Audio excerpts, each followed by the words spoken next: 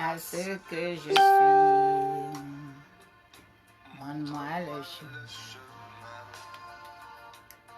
pour progresser. Aide-moi à vivre un jour à la fois.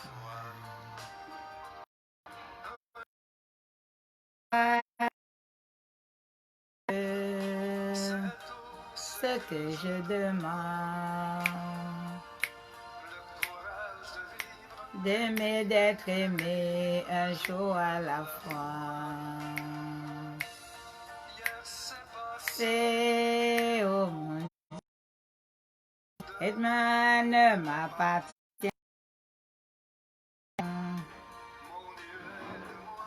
Guide-moi toujours un jour à la fois. Un jour à la fois.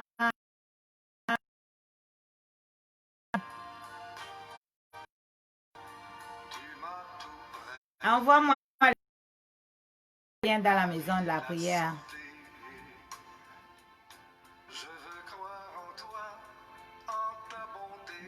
Pour l'humanité. Alléluia. Non pour aimer.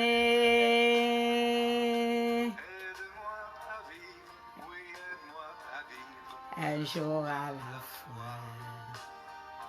Bonjour Christelle, bonjour ma fille, bonjour Sabrina. C'est tout ce que je demande.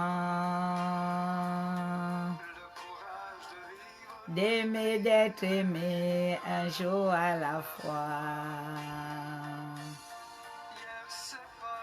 Oh mon Dieu, envoyez-moi le lien, envoyez le lien dans la maison de la prière, je vais partager. On va partager, on va éviter les autres à partager notre repas. Un jour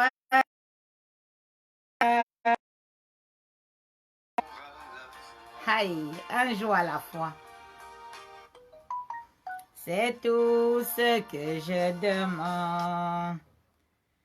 Le courage de vivre, d'aimer, d'être aimé, un jour à la fois. Un jour à la fois, d'où Jésus. C'est tout ce que je demande. Le courage de vivre, d'aimer, d'être aimé, un jour à la fois. Hier c'est passé, oh mon Dieu, et demain ne m'appartient pas. Aide-moi à vivre, montre-moi le chemin, un jour à la fois. Un jour à la fois, d'où Jésus, c'est tout ce que je demande. Le courage de vivre, d'aimer, d'être aimé, un jour à la fois. Hier c'est passé, oh mon Dieu, et demain ne m'appartient pas. Aide-moi à vivre, montre-moi le chemin, un jour à la fois.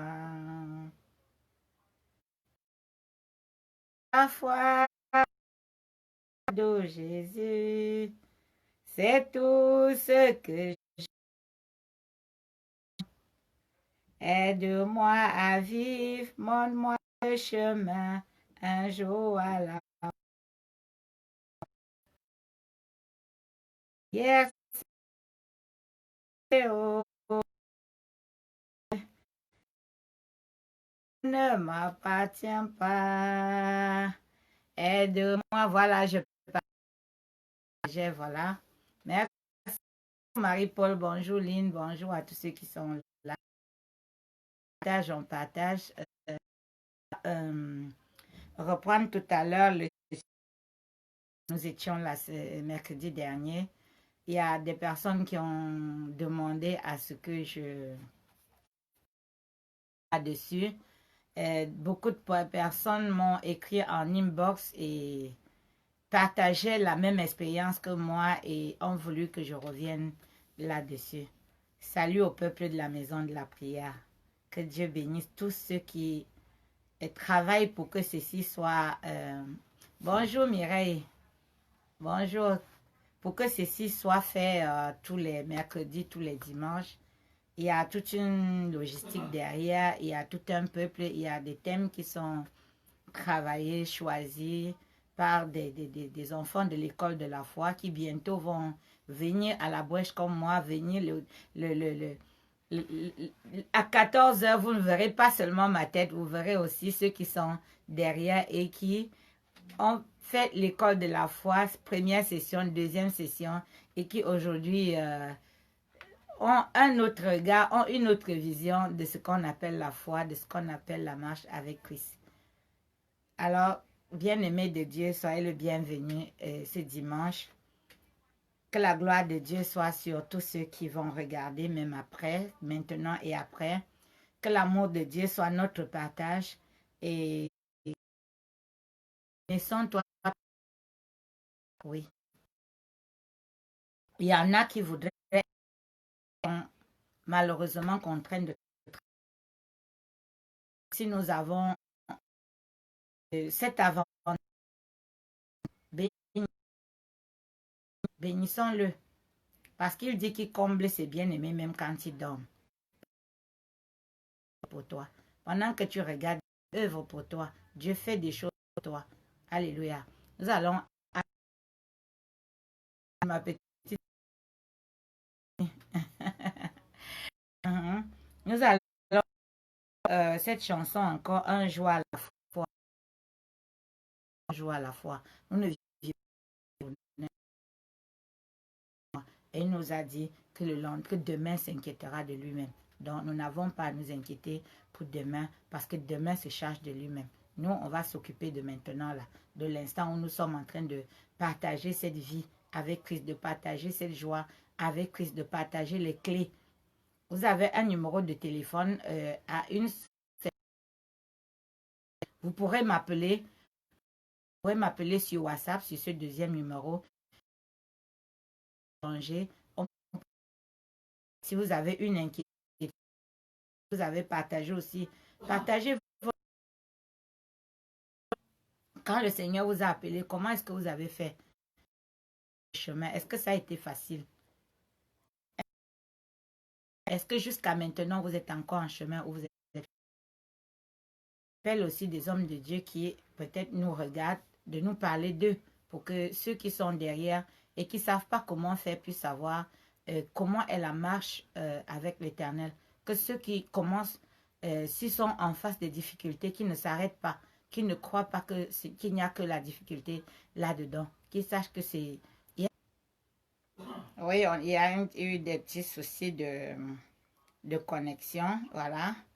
On va écouter encore cette chanson qui nous connecte à l'Esprit de Dieu.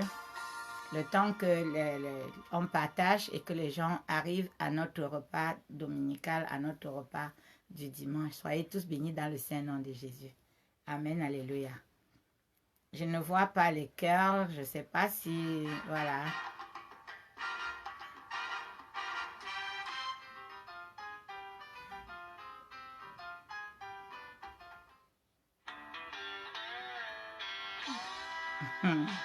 Un jour à la fois, un jour à la fois.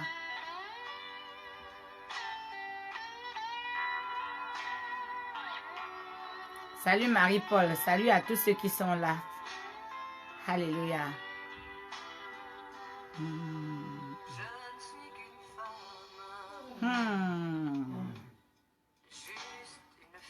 Tout à l'heure, c'était je ne suis qu'un homme. Maintenant, c'est je suis qu'une femme. Approprie-toi cette chanson. Oui. Approprie-toi cette chanson parce que à tout moment, quand tu veux aller devant Dieu et que tu veux lui exprimer quelque chose, il faut exprimer ce que ton cœur dit. Tu ressens. Parce que lui, il sonde les cœurs et les reins. Il ne viendra jamais pour sonder autre chose que ton cœur et ton rein. Il veut savoir l'émotion, ce que tu ressens. Alléluia. Tout ce que je demande. Un jour à la fois, MD. Un jour à la fois avec Auriel Yvette. Un jour à la fois avec Sabrina, avec à la fois avec Mireille. Un jour à la fois. Un jour à la fois. Chose de fabuleux. Une expérience qui jusqu'à aujourd'hui me fascine quand je vois comment l'Esprit de Dieu peut apparaître dans la vie de quelqu'un, bouleverser, tout renverser, changer au point où même les gens qui étaient avec toi ne te reconnaissent plus. Alléluia. Si tu as accepté la marche avec Christ, partage ton expérience avec nous aujourd'hui. Alléluia. Oh, la vie et la santé. Pour l'humanité, une voix pour chanter, un cœur pour aimer.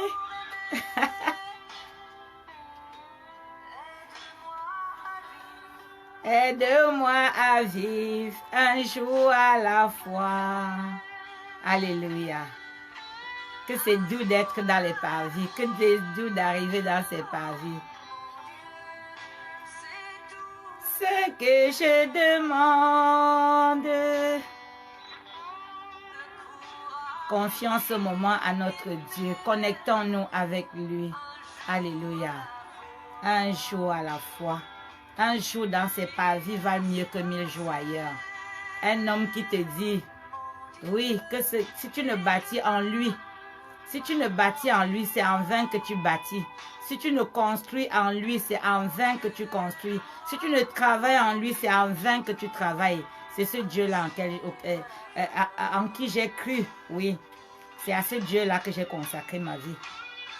C'est à ce Dieu-là que je donne tout ce que je suis, tout ce que je peux.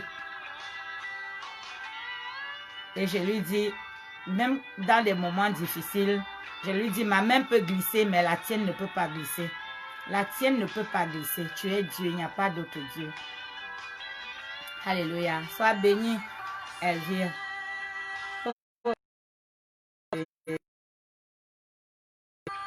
Ne m'appartient pas. Demain ne m'appartient pas. Quand tu consacres ta vie à Dieu, ne sois pas celui qui donne et qui tient la corde. Parce que donner, ça ne t'appartient plus. Il peut t'appeler, il peut t'appeler demain, il peut te dire c'est bon, tu as fini, reviens maintenant, il n'y a pas de problème. Tu es prêt à tout moment à retourner vers ton maître parce que tu sais avec qui tu marches. Cette certitude doit t'arriver un jour à la fois. Alléluia. Un jour à la fois. Amen, alléluia. Merci, merci. Vos offrandes à Dieu, c'est le cœur. Vos offrandes à Dieu, c'est cette présence. C'est cette présence avec lui. C'est cette présence avec lui. C'est le début. C'est le début d'une aventure puissante avec le roi des rois, le Seigneur des seigneurs. C'est le début d'une vie de faveur. C'est le début d'une vie d'assurance. Si je reviens sur le sujet, comme j'ai dit tout à l'heure, il y a plusieurs personnes qui m'ont dit, mais maman, on ne savait pas que tu avais traversé autant d'épreuves. On ne savait pas que c'était comme ça. On ne savait pas que ça a été aussi compliqué. Oui. Comme je vous ai dit, aujourd'hui, je n'ai plus beaucoup d'amis parce que les personnes n'ont pas su accepter. Oui, quand Dieu t'appelle, il y a toi qui acceptes et il y a aussi les gens autour de toi qui ne te reconnaissent plus. Parce que lui, quand il t'appelle, il te transforme. Quand il t'appelle, il te parle, il t'amène dans le désert comme il dit. Il parle à toi des choses, il te flatte, il t'amène dans, il t'amène comme la Sulamite, il te drague, il te drague, il te drague. Et quand tu lui dis oui, me voici, les gens commencent à dire mais non, tu veux plus aller en boîte de nuit, mais ce n'est pas normal. Tu ne veux plus boire, tu ne veux plus vivre comme nous on vivait avant, ce n'est pas normal. Donc tu commences à être anormal. Tu commences à être anormal. Pas anormal pour Dieu, mais anormal pour les personnes avec qui tu cheminais. C'est une expérience tellement, je ne sais pas, c'est au bout du chemin, c'est après quand tu sors de du désert, parce que quand il t'appelle, il va toujours te dépouiller. Consacrer sa vie à Dieu n'est pas la chose la plus facile. Peut-être, oui, Dieu m'a appelé, oui, Dieu t'a appelé. Mais quand il t'appelle, il y a beaucoup qui sont appelés, mais peu sont élus. Peu sont élus. Peu sont élus. Pourquoi? Parce que dans la traversée du désert, je vais parler du désert aujourd'hui. Parce qu'après le désert, miracle de Dieu, tu viens de vivre un certain nombre de choses qui te font croire que c'est Dieu qui est avec toi. Donc, quand tu rentres dans le désert, tu es comme ce peuple d'Israël qui a vu comment Dieu a noyé Pharaon et son armée. Donc, tu viens de voir comment un homme, un être humain, a fendu la mer avec un bâton. Tu viens de voir plein de choses qui se passent dans ta vie. Et pendant que tu vois tout ça, tu es ferré, tu es accro, tu sais que tu es avec un Dieu et que ce n'est pas toi, ce n'est pas de ta puissance, ce n'est pas de ta force. Et pendant que tu entres dans le désert, tu as le choix. Toi, enfant de Dieu, tu as le choix. Tu as le choix. Soit tu vas faire 11 jours dans le désert comme il était prévu, soit tu peux mettre 40 ans. Beaucoup d'appelés ayant même accepté restent dans le désert. Ils restent dans le désert parce qu'ils ne veulent rien changer à leurs habitudes d'avant. Ils ne sortent pas du désert parce qu'ils regardent derrière. Ils sont dans le désert, mais en regardant l'adversité, au lieu de traverser, ils retournent lui parce qu'il y a une mer, il y a quelque chose maintenant entre ce qu'ils sont, là où ils sont et là où ils étaient avant. Beaucoup ont regretté comme ceux qui sont dans le désert leur passé. Oui, quand je n'étais pas avec, quand je n'avais pas accepté de marcher avec Christ, j'avais moins de problèmes. Oui, il m'est arrivé à mon mari même de me dire, mais écoute, c'est quoi cette histoire de prière? Depuis que tu pries, mais c'est comme si on a avant. Et c'est ce qui est arrivé, le dépouillement. Ils sont entrés dans le désert, pourquoi? Parce qu'ils ont mis beaucoup d'années. Il y a eu beaucoup d'années qu'ils ont passé en Égypte. Ça veut dire qu'ils se sont habitués à certains rites égyptiens. Ils se sont mélangés. Et pour qu'ils passent de l'autre côté, il faut enlever d'abord toutes ces mauvaises habitudes. Il faut enlever toutes ces pensées limitantes, tout ce qu'ils ont, toutes ces pensées de magie, toutes ces pensées qu'il y avait en Égypte. Donc, quand toi, tu acceptes la marche avec Christ, il y a tout ce qui se passait avant qui n'est pas sorti de toi. C'est encore en toi. Tes habitudes là sont là.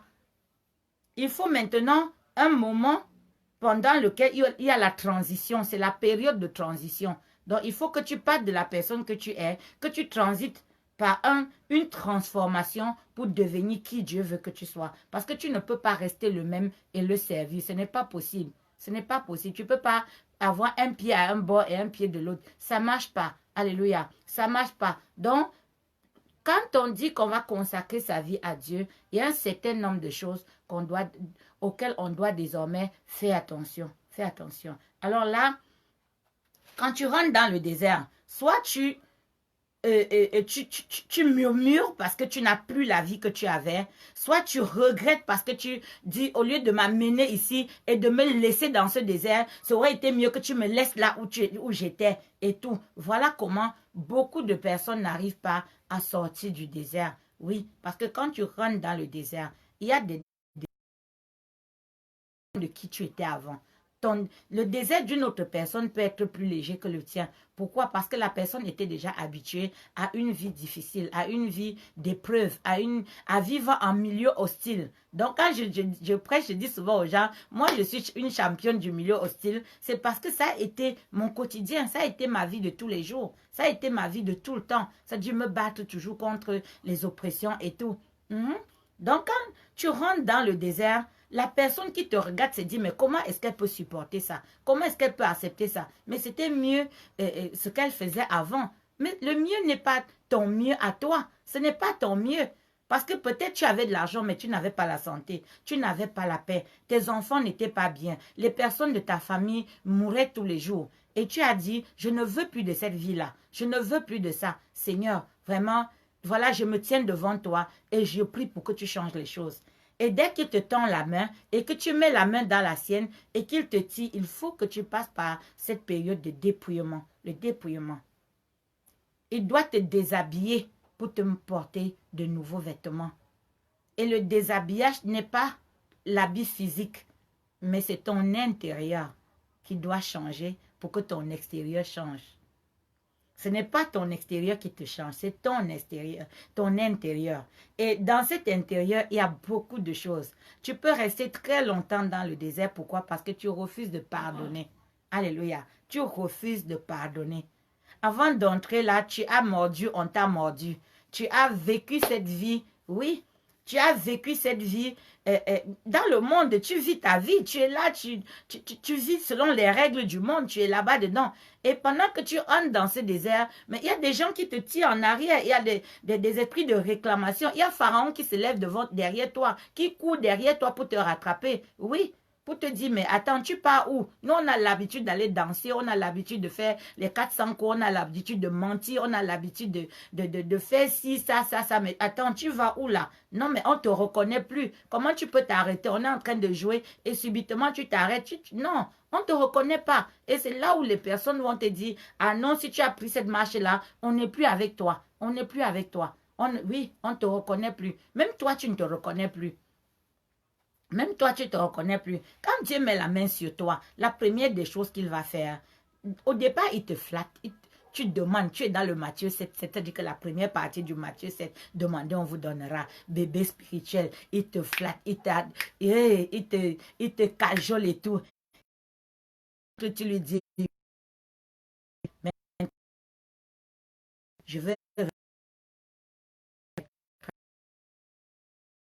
Tu entres, alléluia. Tu rentres dans le désert. Quand tu rentres dans le désert, c'est là où tout se passe. C'est là où tout se joue. Tu peux mettre 40 jours comme tu peux mettre 40 ans. Tu peux mettre 10 jours, ça dépend de toi. Dans le désert, ça dépend de toi. Il va te, pendant que tu cries et tout, il va te donner la manne. Pendant que tu murmures, il va te... Oui, parce que au désert, tu murmures. Au désert, tu murmures. Parce que tu ne reconnais personne autour de toi. On va inventer des histoires sur toi. Il va te séparer de tout le monde. Il va créer tes meilleurs amis, des personnes avec qui tu as mis des années sans problème. Vous allez vous retrouver en conflit. Un conflit dans lequel tu ne peux rien expliquer. Tu ne peux même pas, tu ne sais même pas comment ça se passe. Dieu fait ce qu'il veut avec toi quand tu lui as déjà dit oui. Cette vie de consécration passe par beaucoup de choses. Il va t'éprouver. Tu vas aller de classe en classe. On ne saute pas les classes avec Dieu. On ne saute pas les classes avec Dieu. Donc, quand tu vas... Oui, il y a le sujet est grave, alors il y a des problèmes de connexion et tout. Mais on va continuer. On va continuer. Partagez, partagez, partagez.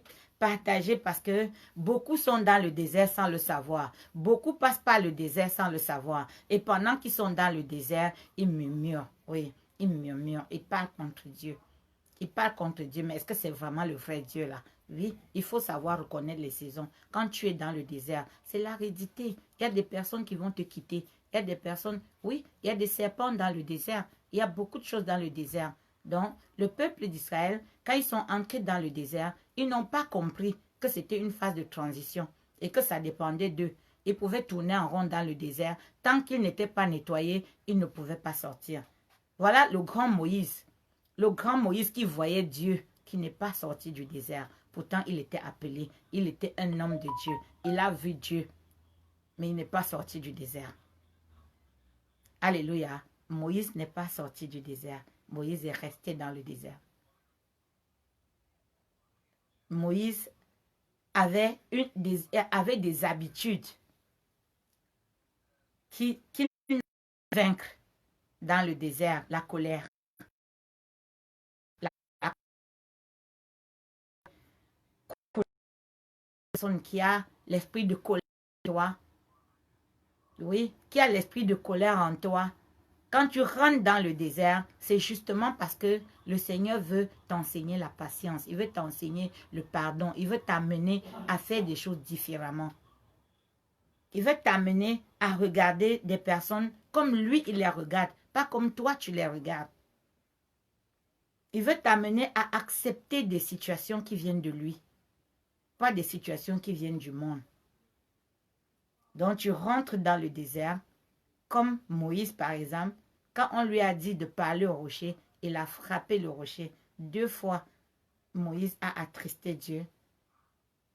Il est entré en colère, il a cassé les tablettes. 40 jours de travail avec Dieu. Et parce que tu as vu le peuple faire des choses, il n'a pas eu la maîtrise de soi. Nous ne sommes pas meilleurs que lui. Nous ne pouvons même pas prétendre. Pourtant, c'était un homme qui avait le pouvoir. Mais il n'a pas su maîtriser sa colère. Il a cassé les tablettes. Les commandements. Ça veut dire qu'il fallait recommencer. Oui. Mais ce même Moïse, quand Dieu s'est fâché contre le peuple, ce même Moïse avait des qualités que nous, on n'a pas. Dieu a dit, je vais détruire tout ça et tant pis. Il lui a dit, si tu veux les détruire, commence par moi. Mon nom là que tu veux écrire là-bas, efface ça. Il a su défendre. Quand il t'amène dans le désert, c'est pour que tu apprennes à savoir que tu vas travailler en équipe. Amen, amen. Tu vas travailler désormais en équipe. Ce ne sera plus toi. Ce ne sera plus, oui, tu vas travailler en équipe avec lui. Travailler en équipe n'est pas une chose facile. Travailler en équipe veut dire faire abstraction de soi pour qu'il y ait une symphonie. C'est-à-dire quand vous jouez une partition, chacun doit jouer sa partition pour que l'ensemble donne une harmonie. Alors si tu joues ta partition et Dieu joue sa partition, vous ne pouvez pas être en harmonie. Tu vas faire des choses qui ne viennent pas de lui. Donc quand il t'amène dans le désert, c'est pour créer, oui, en toi c'est-à-dire que c'est pour t'enseigner en fait comment marcher avec lui. Qu'est-ce que tu dois croire? Qu'est-ce que tu dois penser? Comment est-ce que tu dois penser? C'est le meilleur coach. Il est en train de te coacher. Il t'amène dans le désert pour te coacher. Il t'amène dans ce manque. Il t'amène, oui. Il y a 2 situations où tu rentres dans le désert automatiquement. Quand tu es sous l'emprise de la sirène des eaux. La sirène des eaux, de luxe, de séduction et tout. Et dès que la sirène retire tout ce qu'elle a donné, donc c'est l'ivresse, je perds plutôt de l'argent. Combien de personnes j'ai entendu me dire, mais maman, mais l'histoire là, c'est quoi? Plus rien, c'est comme si mes voix sonnent toutes fermées. Pas de Dieu. Et quand tu luttes contre l'esprit qui a porté parce que ça, il te donne aussi pour prendre des choses de toi. Tu vois. Donc, quand tu es dans le il faut apprendre à travailler en équipe avec Dieu. Donc, il faut un à un des choses sur lesquelles tu t'appuyais pour que tu apprennes lui. Lui. Oui, à ne compter que sur lui. Leurs vêtements ne se sont usés. Leurs chaussures ne se sont... Mais beaucoup ne sont pas sortis du désert. Pourquoi? Parce qu'ils n'ont pas s'adapté. Dans le désert, quand tu marches avec Dieu, il faut avoir la capacité de te fondre de sorte que ce soit lui qui te modèle. Alléluia. De te fondre de sorte que ce soit lui qui te modèle. Tant que tu n'auras pas accepté d'être modélé par lui, tu n'iras pas loin. Tu n'iras pas bien loin. Tu ne traverseras pas le Jourdain. Tu n'entreras pas à Canaan. Je te montrerai la voie à suivre. Je te guiderai. Oui. Quand je marche dans la vallée de l'ombre et de la mort, je ne crains aucun mal. Son bâton est là et sa houlette sont là pour me guider, sont là pour me soutenir. Donc, quand tu es dans le désert, la seule personne sur qui tu peux compter, ce n'est que Dieu. Parce que toi, tu ne peux rien. Tu perds tes moyens. Le peuple d'Israël, quand il est entré dans le désert, Dieu a interdit à tous les peuples de les attaquer parce qu'ils savaient qu'ils sont dans la faiblesse. Mais il y a quand même des peuples qui les ont attaqués. Il y a quand même un Balaam. Un Balaam. Donc, quand tu es dans cette période-là, c'est en ce moment-là que Balak va aller demander à Balaam de te maudire. C'est en ce moment-là que ta mère ou ton père va te dire, si tu continues à marcher dans cette église-là, je vais te maudire. Si tu continues à être là-bas, ne me parle plus jamais. Il y a des personnes qui vont quitter ton chemin pour te... Oui, parce que tu es en position de faiblesse et ils vont te faire le chantage émotionnel. Le peuple d'Israël ne savait même pas qu'il y avait un Balak qui existait quelque part. Mais Balak est allé voir un prophète. Il y a des personnes dans ta famille, pendant que tu chemines comme ça, parce qu'ils ne comprennent pas ton cheminement, ils vont aller chez le marabout pour lui dire que là où elle est entrée dans un chemin que je ne comprends pas. Elle ne marche plus avec nous. Elle ne comprend plus ce qu'on lui dit. Parce que toi, tu entends une autre voix. Tu entends la voix de Dieu. Ce n'est plus la voix de ces personnes. Ils parlent, mais le Seigneur a fermé de sorte que c'est solitaire. Tu es avec. Mais parce que tu es avec lui dans ce désert, il y a Balaam qui va aller, Balak qui va voir Balaam, un roi, un pharaon, un Hérode, va se lever pour entraver ta marche. Mais sache que pendant le désert, personne ne peut t'attaquer au nom de Jésus. Pendant que tu es dans le désert, tant que tu n'as pas désobéi à Dieu, il ne permettra à personne de te toucher. Il ne permettra à personne de te toucher. Voilà Balak qui se lève pour aller dire à Balaam, maudis-moi ce peuple-là pour que je puisse l'attaquer et le vaincre. Il y a des personnes que pour te vaincre, ils sont obligés de passer, d'aller soulever les malédictions de ta famille, d'aller soulever les fondations de ta famille pour que ça se lève pour qu'ils puissent t'atteindre. Mais sache une chose, quand tu es déjà une élue, quand tu es déjà appelé par Dieu, il n'y a que toi qui peux ouvrir cette porte-là. Personne ne peut ouvrir cette porte-là. En dehors de toi, personne ne peut ouvrir cette porte. Au nom de Jésus. Personne ne peut ouvrir cette porte-là. Il y a ce Balak qui va se lever gaillardement, qui va aller dire à Balaam, maudis-moi ce peuple. Il y a une personne qui va dire, maudis Gisèle, parle mal d'elle, détruis son œuvre. Lui, dis qu'elle est en train de faire. Les gens vont parler mal de toi. Les gens vont t'accuser de toutes sortes de choses que tu ne connais pas. Tout simplement pourquoi? Pour te décourager, pour t'empêcher d'avancer. Ne regarde pas derrière. Ne regarde pas, parce que qui regarde derrière n'avance pas. Ne regarde pas en arrière. Ne sois pas comme ce peuple qui a regretté la période d'esclavage. C'est une insulte à ton Dieu. Parce que si tu lui fais confiance, il sait où il t'amène. Toi, tu ne sais pas, mais lui, il sait. Et même encore, il t'a dit, parce que pendant la période de fiançailles, là, pendant la période où il te flatte, il te dit où est-ce qu'il va t'amener. Il te dit toujours, tu as une alliance avec lui, tu as une promesse qu'il te donne. Mais devant la difficulté, tu oublies tout ça. Tu oublies, et quand tu oublies, il t'observe, il te regarde. Dans le désert, le peuple a crié. Ils ont demandé la manne à manger, il leur a donné. Ils ont demandé les cailles, il leur a donné. Ils ont demandé de l'eau, il leur a donné. Mais le peuple murmurait toujours. Le peuple était habitué à l'idolâtrie. Les habitudes sont des choses qui vont nous empêcher de consacrer totalement notre vie à Dieu. Nous avions pris l'habitude de sortir de l'église. Alléluia. De sortir de l'église et d'aller chez Alain Mimbo.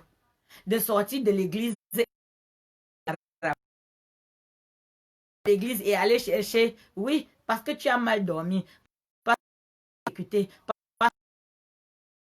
une amie viens, je connais quelqu'un et va t'amener là-bas. Et tu vas faire les deux. C'est-à-dire que tu as le de l'autre. Alors, il faut que tu apprennes à fonctionner sans... Quand on dit c'est difficile de... Là-bas, tu te fais des amis. Pendant que tu vas... Le marabout va te voir et te laisser partir. Mais il t'enchaîne pour que... Tu es sa nourriture. Si tu ne viens pas, il va manger quoi? Il ne va pas te dire, viens, il ne t'appelle pas. Il reste chez lui. Il sait seulement que quand tu vas avoir des problèmes, tu vas... Il met des esprits derrière toi. Et ces esprits deviennent des esprits de contrôle derrière toi. Donc, à chaque fois, tu es toujours interpellé. Tu n'as pas de problème. Ah non, je n'ai pas salué tel depuis. Et tu appelles. C'est ça que dès que tu vas appeler, il va toujours te dire quelque chose.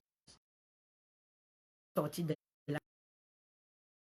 Quand il y a en consultation, c'est un de mes fils de la maison, la prière. Le jour où on se rencontre, j'étais en voyage au Cameroun et il va la voir, elle est au Cameroun, elle est là. Et ses enfants, ses deux enfants. L'enfant, tout de suite, l'Esprit de Dieu me dit, cet enfant a tel problème. Et voilà l'enfant, elle est comme ça, elle est comme ça. Je lui dis, amène l'enfant chez le médecin. L'enfant a des problèmes de verre.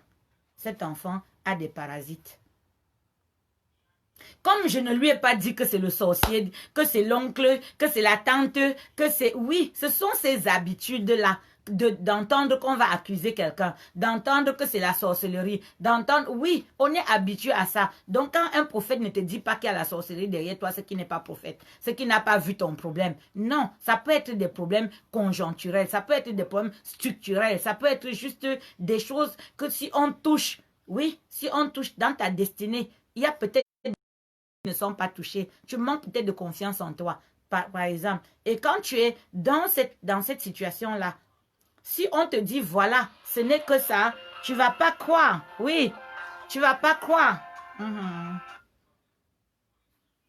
Oui, est-ce que je peux rappeler? Donc, quand je suis en train, quand tu es dans cette période-là, tu es comme ce monsieur qui est venu pour que tu es comme ce monsieur qui est venu pour que je lui dise que c'est la tante, c'est l'oncle, c'est... Et quand je lui dis amène l'enfant, il n'est pas d'accord avec moi. Il est parti insatisfait. C'est quand il dit, quand son nom lui demande que, mais qu'est-ce que maman Gisèle t'a dit? Et maman Gisèle, et il lui dit, non, elle m'a seulement dit d'amener l'enfant chez le médecin, que l'enfant a des vers. Le monsieur lui dit, ne t'amuse pas avec elle. Quand elle te dit ça, c'est que c'est ça. Moi, je la connais. Et c'est en ce moment-là qu'il prend confiance parce que son oncle lui a dit. Il va aussi parce que l'oncle lui a dit. Il ne part pas parce que moi je lui ai dit. Et il part et c'est là où on lui dit l'enfant était infesté de beaucoup de vers. Qui m'a dit c'est l'Esprit de Dieu. Quand il y a l'esprit de diagnostic, quand tu regardes la personne, tu sais, certaines personnes, c'est l'esprit de tristesse. Ils sont tellement tristes que ça envahit leur environnement. Et désormais, tout ce qu'ils font est empreint de tristesse. Et quand la personne vient devant toi, à peine elle arrive, le Seigneur te montre qu'il y a un esprit de tristesse qui est là, qui agit là et qui sévit là depuis longtemps. Pour peu que tu vas prendre seulement de l'eau sur laquelle on a prié, et tu laves le visage de la personne, l'esprit de tristesse s'en va et la vie de la personne change. Tout simplement. Tout simplement, la vie de la personne change. Donc, quand tu es dans le désert, il y a toutes ces croyances, il y a toutes ces choses que tu as faites dont il faut te dépouiller pour entrer dans ta nouvelle vie avec Christ. Tu ne peux pas rester avec ces vêtements. Comme je vous ai dit, il y aura toujours un Balaam, un Balak qui vont comploter. Oui. Balaam va faire construire à Balak 7 hôtels dans un premier temps. 7 hôtels dans un premier temps. L'ennemi est acharné. L'ennemi ne veut pas que tu entres dans la gloire de Dieu. L'ennemi ne veut pas que tu entres à Canaan. Donc du coup, il va toujours te rappeler. Il va venir dans tes pensées. Et qu'est-ce qui est le plus compliqué? Ce sont tes pensées. Ce sont tes pensées. Ton mindset va lutter contre toi. Parce qu'il va dire, mais tu étais bien, mais c'était mieux avant que maintenant. Ça, c'est quoi? C'est même dans quoi que tu t'es mise là? Oui. Malgré le fait que Dieu te parle, malgré le fait même que tu prophétises, malgré le fait même que tu pries, malgré le fait que tu pries même et les gens tombent et tout, tu peux être dans le désert et tu es déjà en train d'agir. Et tu es déjà en train de travailler pour Dieu, mais tu entres dans le désert. Comme je vous ai dit, la durée du désert dépend de vous. Ça dépend de toi. Alléluia. La durée dans le désert dépend de toi. Plus vite tu auras accepté de te dépouiller de ces habitudes. Plus vite tu auras accepté d'enlever le vieux vêtement, le vieux manteau. Plus vite tu pourras entrer dans le nouveau manteau. Il ne viendra pas doubler son manteau sur un tissu c'est-à-dire que sur un tas de nœuds. Il va falloir que tu défasses ces nœuds. Il va falloir que tu te hisses au-dessus de toi. Il va falloir que tu te dépasses. Oui. Que tu puisses pardonner, que tu puisses, oui, faire des choses que tu n'as jamais pensé que tu pouvais faire. Dans le désert, tu vas affronter serpent, si tu arrives à irriter Dieu au point où lui-même se lance contre toi, il va toujours te donner le précurseur de Jésus. Donc, dans le serpent d'airain qui était dans le désert, c'était déjà le précurseur de la croix. C'était déjà, il suffisait que tu viennes, oui, pour que tu sois guéri des morsures des serpents brûlants. Oui, quels que soient les serpents brûlants qu'il y a dans ta vie, le Seigneur Jésus comme ton sauveur personnel. Et là, tout de suite, tu vas voir qu'il y aura dans ta vie. Pourquoi? Parce que le sauveur est là. Parce que tu es dans le désert, il y aura ce serpent qui va venir pour te soigner des serpents brûlants que tu auras pris en étant têtu, en voulant habitude. Donc, quand Balaam construit juste 14 hôtels, il double encore la mise. Donc, l'ennemi ne va pas te lâcher. Tes amis ne vont pas vouloir te laisser. Personne ne va vouloir, ne va vouloir te laisser partir. Parce que même toi, tu ne veux pas partir. À un moment donné, tu luttes contre toi-même. Contre toi-même. Parce que là, c'est la guerre à l'intérieur. Ce n'est pas la guerre à l'extérieur. C'est à l'intérieur de toi que ça se passe. Oui. Ta mère t'a toujours dit qu'il faut aller verser l'huile sur le crâne. Tu as grandi avec ça. C'est ce que tu connais. Tu as déjà versé le crâne jusqu'à ce que tous les crânes soient noyés. Ta situation ne change pas. Oui. Tu as déjà tout fait. Ta situation ne change pas. Donc, quand tu rentres dans le désert, là, dis-toi que tu n'as plus rien à perdre. Tu n'as plus rien à perdre. Garde le cap. Fixe devant toi. Dis-toi que, quel que soit où cette route va, il n'y a rien derrière moi. Il n'y a rien derrière moi. Je vais seulement avancer. Je vais seulement avancer.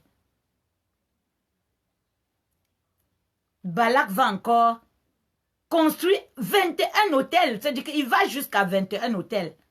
Mais il y a une promesse que Dieu a mise sur ta vie. Il a dit que qui te maudit va être maudit. Parce que l'Israël d'hier, là, c'est toi aujourd'hui. Alléluia. L'Israël d'hier, c'est toi aujourd'hui. Quand tu es dans ce désert et que Balaam est en train de construire, d'enseigner à Balak comment il va te vaincre, d'enseigner comment il va construire des hôtels. Et il construit des hôtels à qui? À ton propre Dieu. Comment est-ce qu'on va venir dire à Dieu de maudire quelque chose qui lui est cher? Tu lui es déjà cher. Tu es son chouchou. Il a l'œil sur toi. L'ennemi peut faire ce qu'il veut. Il n'aura jamais la permission de te toucher. Il n'aura jamais la permission de te toucher. Job a fait l'objet de bataille entre Dieu et Satan. Mais ne touche pas son âme. Quand j'ai regardé toutes les attaques sataniques, les opérations, tout, mais je me suis rendu compte que je pouvais mourir. J'ai dit, mais attends, si Satan n'a pas réussi, ou si ses oppressions n'ont pas réussi, ça veut dire qu'ils ne peuvent pas me toucher mon âme. Et c'est là où je me suis et j'ai dit, ah, j'ai compris la bataille maintenant, vous ne pouvez pas toucher. Vous pouvez me faire enlever toutes les parties que vous voulez, mais je vais décider. Allez, la vie, l'attitude. Oui, tu dois connaître quelle est la parole qui t'a dit. Oui. Tu dois savoir sur quoi tu t'es... C'est-à-dire qu'avec quoi appeler. Il t'a dit. Moi, il m'a dit Genèse 12:2. Voilà comment toi qui es dans le désert, tu vas te souvenir des choses qu'il t'a dites. Il m'a dit que qui me maudit est maudit. Il m'a dit que des nations seront bénies en moi. Il m'a dit que je serai une source de bénédiction. Mais alors que ce qui se passe là maintenant, ce n'est pas ça. Qu'est-ce qui ne va pas?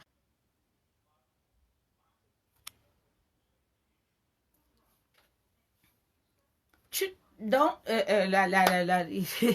y a le wifi qui dérange un tout petit peu, je ne sais pas pourquoi, peut-être tout le monde est là et puis ça bug un peu. Est-ce que vous m'entendez? Est-ce que le son est bon? Est-ce que tout va bien? Voilà, parce que tout à l'heure, il n'y avait pas de... de connexion. Est-ce que tout va bien? Si tout va bien, envoyez des cœurs. Donc, nous sommes avec cette bénédiction qu'il a mis sur toi et dont tu te souviens au plus fort de l'oppression, au plus fort, quand tu es dans le désert, tu te rappelles de ce qu'il t'a dit. Et quand tu dis ce n'est pas une situation normale, alors tu retournes vers l'Éternel, tu retournes vers lui et il te montre ce que tu n'as pas fait. Il te montre que voilà, tu n'as pas détruit les idoles. Tu n'as pas détruit les idoles comme Gédéon. Gédéon ne pouvait pas prospérer. Pourquoi? Parce qu'il y avait des idoles. Je ne sais pas. Rachel était avec les théraphim de son père qu'elle a volé. Elle a pris une malédiction. Il y a des choses que tu traînes avec toi qui t'empêchent d'entrer dans la gloire de Dieu, qui t'empêchent d'entrer dans la plénitude, de rester vraiment consacré à ce Dieu. Nous ne sommes pas nés parce qu'il y a des personnes qui sont arrivées à Christ sortant d'une longue lignée de pasteurs, sortant d'une longue lignée de prêtres, sortant d'une... Ça veut dire qu'il y a des choses qui ont déjà été nettoyées. Mais c'est toi qui viens d'arriver. C'est par toi. Parce que si les ténèbres sont entrées dans ta famille, le Seigneur va t'utiliser toi comme une lampe pour ta famille, pour détruire les ténèbres qui sont dans ta famille. Donc désormais, tu es une porteuse de mission. Tu es une personne qui a une mission. Ça veut dire détruire les ténèbres qui détruisent ta famille depuis. Détruire ces malédictions qui font que des gens meurent à fleur d'âge. Détruire ces accidents, ces morts brutales, ces morts avec le sang versé. Oui. Ces infirmités, ces mariages brisés. Oui. Ces souffrances dans les vies. C'est toi qui es chargé de venir briser. Donc, pour que tu puisses le faire, tu dois aller au camp militaire. Tu vas entrer en entraînement. Dans le désert, tu es dans le camp d'entraînement. Tu es dans le camp d'entraînement. Tu vas passer des périodes difficiles. Mais même dans ce désert, et tu as ton Moïse qui est à côté de toi, il faut rester attentif. Tu n'entres pas dans le désert seul. Il y a quelqu'un qui te guide. Il y a ton père spirituel qui t'observe, qui te voit. C'est comme l'enfant qui commence à ramper. Tu sais qu'il rampe pour marcher. Mais l'enfant a tellement hâte de vouloir marcher qu'il va se lever, vouloir toucher toute chose. Et puis c'est toi qui lui dis non, ne touche pas là parce que ça va te blesser, ça va te brûler et tout.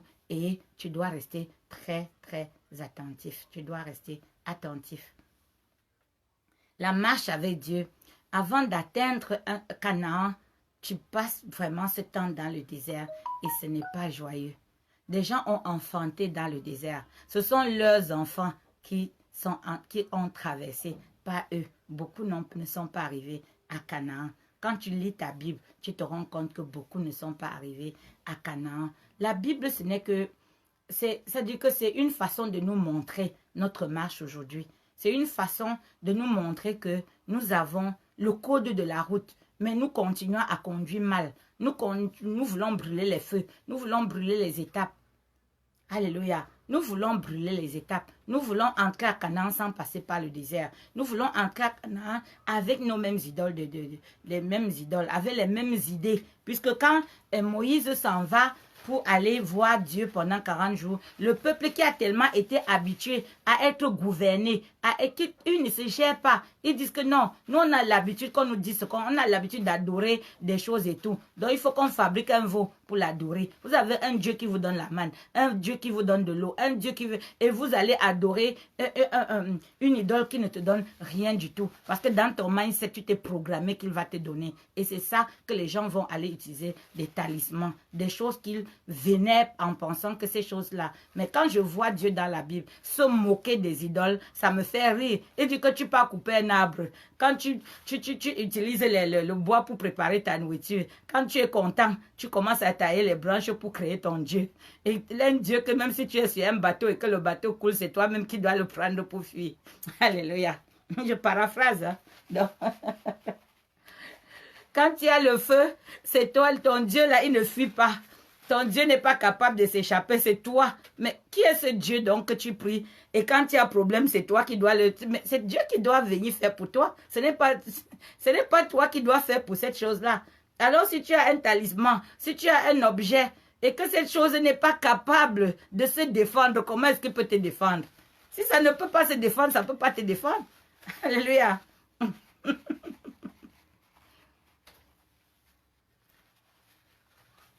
C'est toutes ces choses qu'on fait à l'école de la foi. C'est que tu apprennes à savoir que la marche avec Dieu, c'est que tu t'abandonnes et que tu laisses vraiment, il sait ce qui est en toi. Oui, il sait ce qu'il ne veut pas en toi. Il sait ce qu'il veut effacer en toi pour que tu puisses être la personne qu'il veut. Quand Moïse finit son travail, oui, il dit à Josué, ben, écoute, arrête de pleurer. Tu étais habitué à ce qu'il y ait quelqu'un sur toi, mais maintenant c'est toi qui vas gérer. Toi qui étais habitué à ce qu'on vienne te dire ce que tu vas faire, qu'une personne vienne te dire tout le temps ce que tu vas faire, tu te retrouves, il n'y a même plus, Dieu a écarté la personne. Dieu a écarté tes conseillers, a écarté tes amis. Tu te retrouves seul. Ces amis-là sont en train de te juger. Ils sont en train de mal parler de toi. Ils sont en train de dire toutes sortes de choses de toi. Tu es d'abord affligé parce que tu te retrouves seul. Et en ce moment-là, tu es dans ton désert. Et tu es dans ce désert avec lui. Oui, il y a les périodes que tu vas traverser qui sont difficiles. Mais souviens-toi d'une chose, Dieu est toujours avec toi. Dieu n'a jamais abandonné son peuple. Il n'a jamais abandonné son peuple. Même quand ils ont murmuré, même quand il s'est fâché, il s'est trouvé un ange pour les défendre. Moïse a défendu le peuple, même quand Dieu s'est fâché. Oui. Noé a dû, je ne sais pas ce que Noé a dû dire à Dieu quand après il est revenu tout seul pour que Dieu décide qu'il ne fera plus, qu'il n'y aura plus de déluge. Noé a dû lui dire que vraiment, mais ton histoire là, que tu as tué tout le monde jusqu'à ce que nous restons à 8. Mais c'est quoi? C'est ton peuple. Ne crois pas que le corona va venir décimer le peuple de Dieu. Non, Dieu va trouver, oui, il va trouver un vaccin, il va trouver quelque chose. Nous allons tous, oui. Ceux qui vont partir. Mais si tu es préparé et que tu es enfant de Dieu, tu n'as pas peur de là où tu vas partir parce que tu sais qui t'attend là-bas. Mais si tu ne t'es pas préparé, parce que la mort est un gain pour les enfants de Dieu. Parce ils entrent où? Dans la gloire de leur maître. Ils entrent dans la gloire de leur maître. Amen, alléluia. Oui. En chair, nous avons tous peur de la mort parce qu'on ne sait pas où on va. Mais quand tu as bâti sur le rocher, quand tu as bâti ta vie en Christ, quand tu as marché avec Christ, malgré les difficultés, malgré les ronces, malgré l'ivraie, parce qu'en toi, il y a le vrai et l'ivraie. Et c'est cette bataille dans le désert, c'est cette bataille c'est par là que tu passes, oui, pour arriver de l'autre côté, pour arriver à Canaan, là où coule le lait et le miel. C'est cette bataille-là, c'est ce chemin-là que tu vas faire. C'est ce chemin-là. Il y a des obstacles en route, il y a les Amalécites. David, entre le moment où il a été consacré roi et le moment où il est devenu roi, il y a eu 14 ans.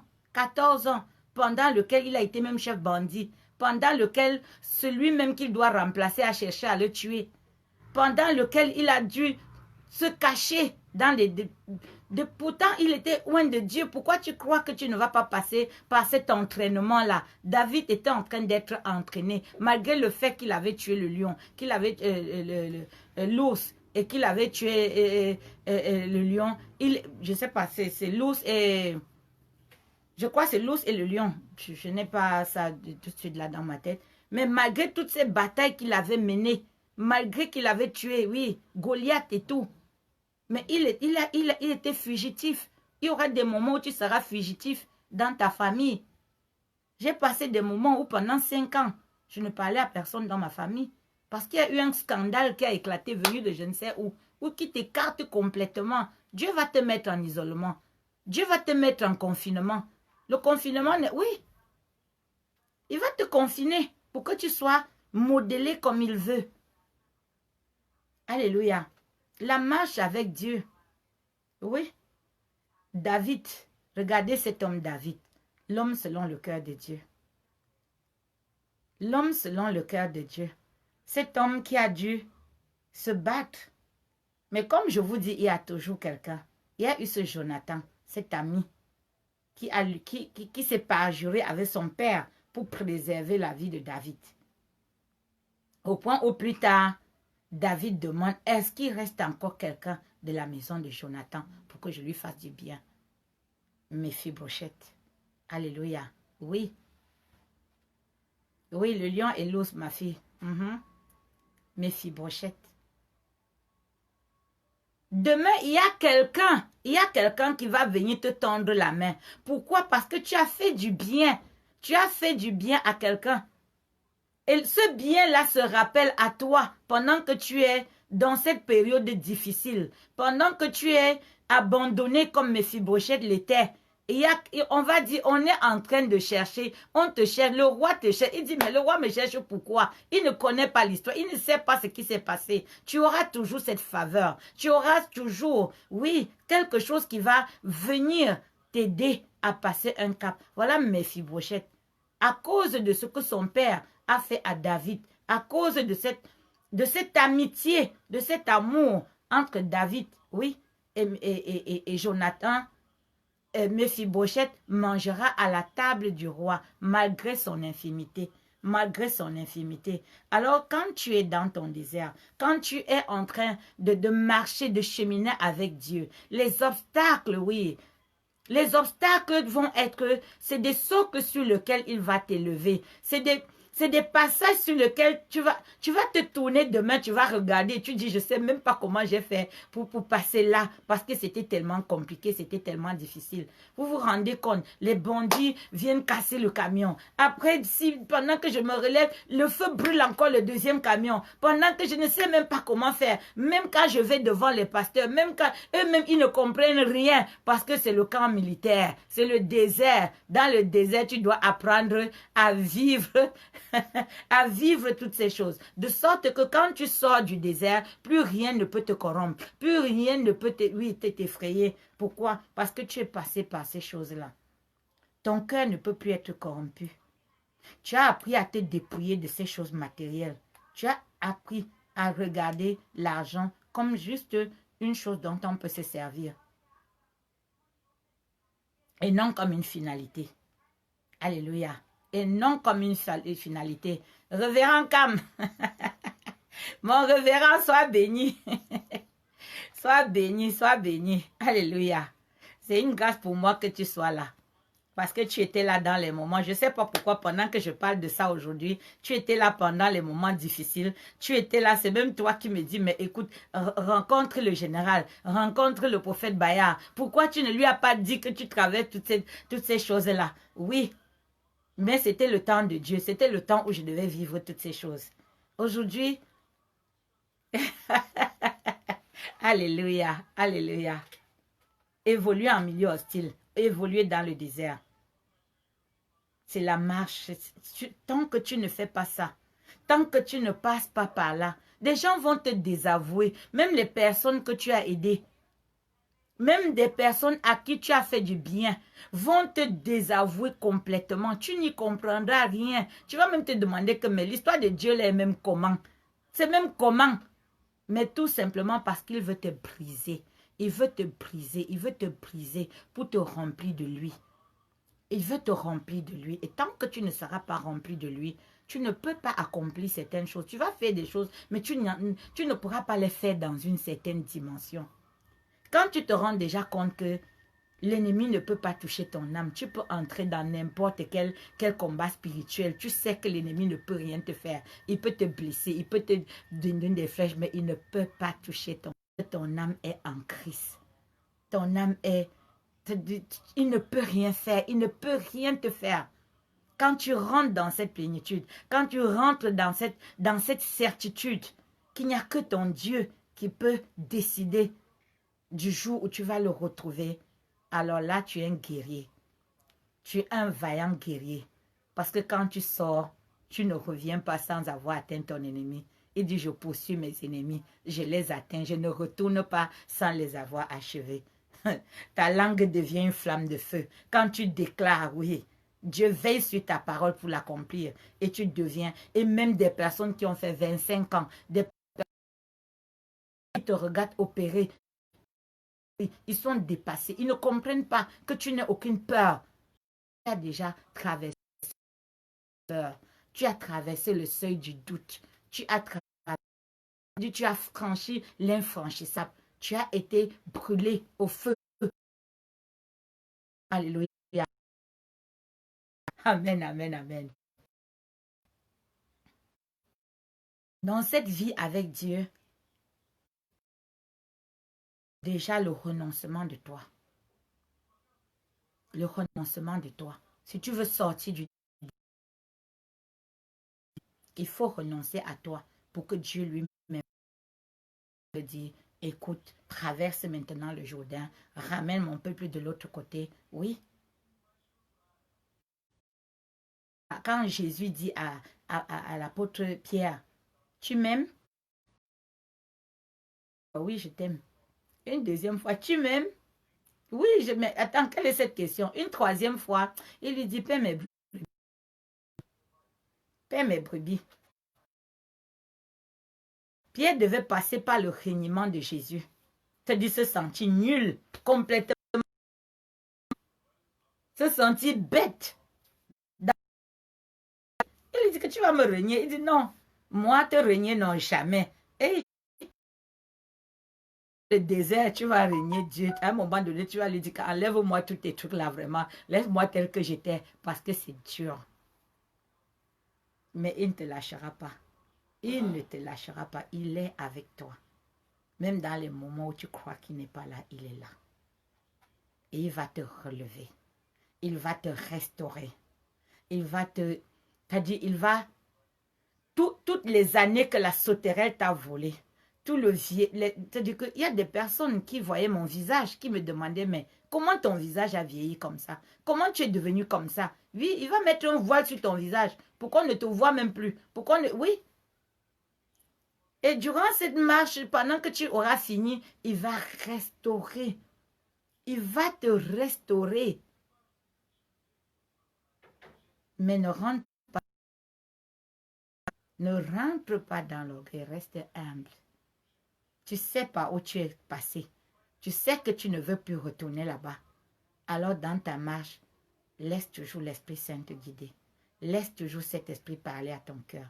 Quelle que soit la situation, reste toujours la personne à qui Dieu peut venir dire non, ce n'est pas comme ça. Fais plutôt de telle manière.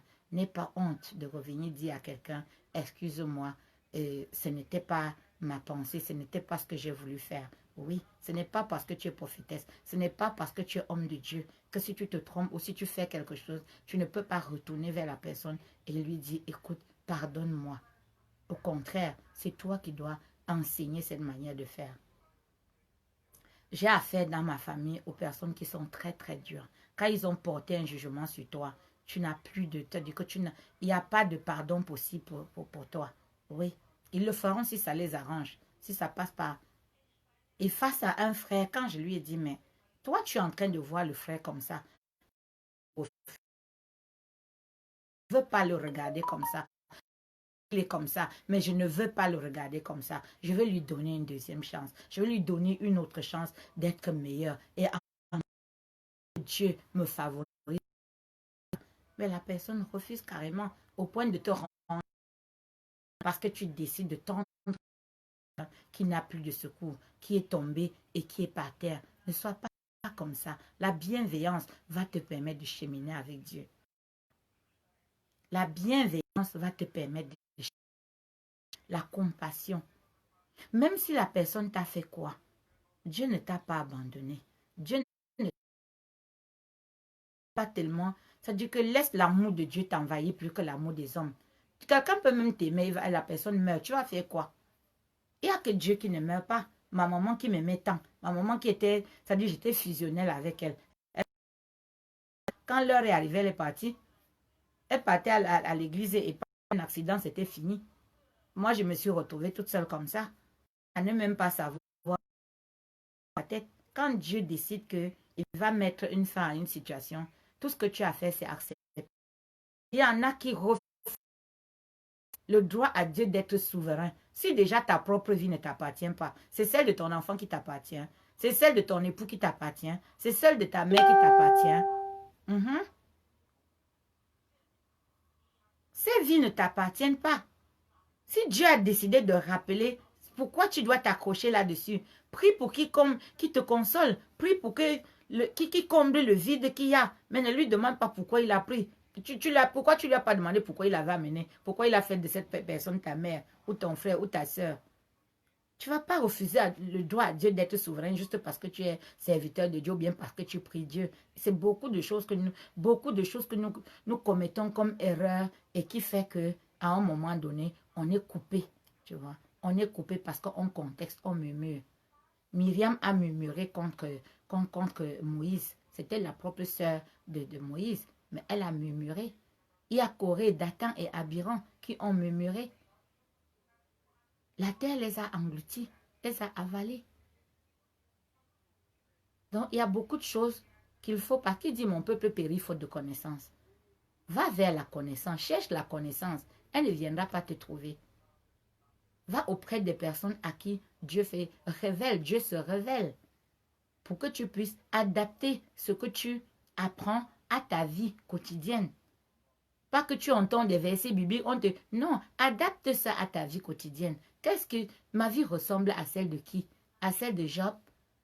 À celle de Jabet? Dans ce cas, demande à Dieu de changer ton nom.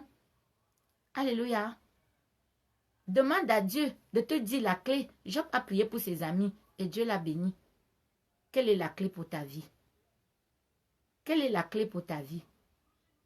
Au nom de Jésus, soyez tous bénis dans le saint nom de Jésus. Et je sais qu'après aujourd'hui, beaucoup de personnes vont entrer dans leur mission de vie, dans leur destinée. Beaucoup de personnes, en écoutant cette petite capsule, en écoutant ce live, vont comprendre que leur cheminement n'est pas contraire, qu'ils ne sont pas dans des vents contraires. Au contraire, ils sont dans le vent justement favorable de l'enseignement, de la marche avec Dieu, du chemin solitaire. Tu vas d'abord emprunter ce chemin solitaire et au bout, à l'orée, Dieu aura un peuple pour toi. Il aura des personnes qui vont désormais te suivre avec toi en ce moment-là. Mais marcher seul. Et c'est pendant ce passage qu'il te façonne. Sois béni dans le saint nom de Jésus. Nous avons encore le live le mercredi à 14 h. Et vous avez le numéro de téléphone. Vous pouvez appeler. Voilà. Je ne sais pas s'il y a des personnes ici qui voudraient. Donc, soit vous m'appelez maintenant ou vous pouvez appeler plus tard. Et voilà. Soyez tous bénis dans le saint nom de Jésus. On va enchaîner. On va enchaîner plus tard avec une autre partie, tu vois. Toujours la vie de consécration avec Dieu. On va maintenant après regarder quand tu as traversé le Jourdain. Quand tu as traversé le Jourdain à Canaan, comment est-ce que tu vis? Quand tu as accepté de cheminer avec Dieu. Maintenant, ton cheminement avec lui est comment? Comment est-ce que tu gagnes cette bataille du cheminement avec lui? Comment tu arrives à faire des disciples? Pourquoi est-ce que quelqu'un va te suivre?